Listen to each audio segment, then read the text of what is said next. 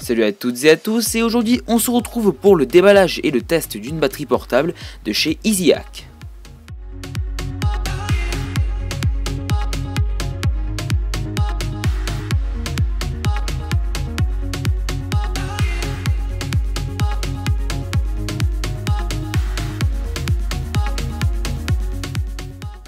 Avant de la tester, commençons par la sortir de son emballage.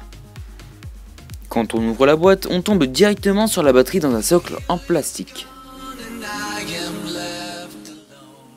En soulevant celle-ci, on découvre une petite notice.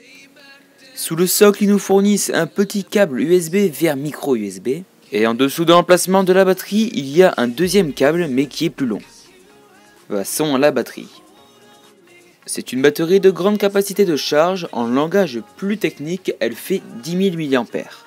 Elle est disponible en plein d'autres coloris, dont noir et argent, blanc et vert, blanc et orange, et celle que je vous présente aujourd'hui, c'est-à-dire la noire et orange.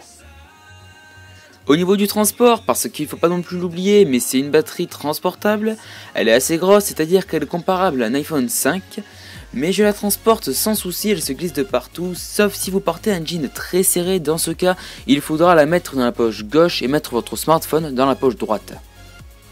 Petit point sympa à noter sur cette batterie, c'est qu'elle dispose de deux ports USB, ce qui va permettre de charger deux appareils en même temps.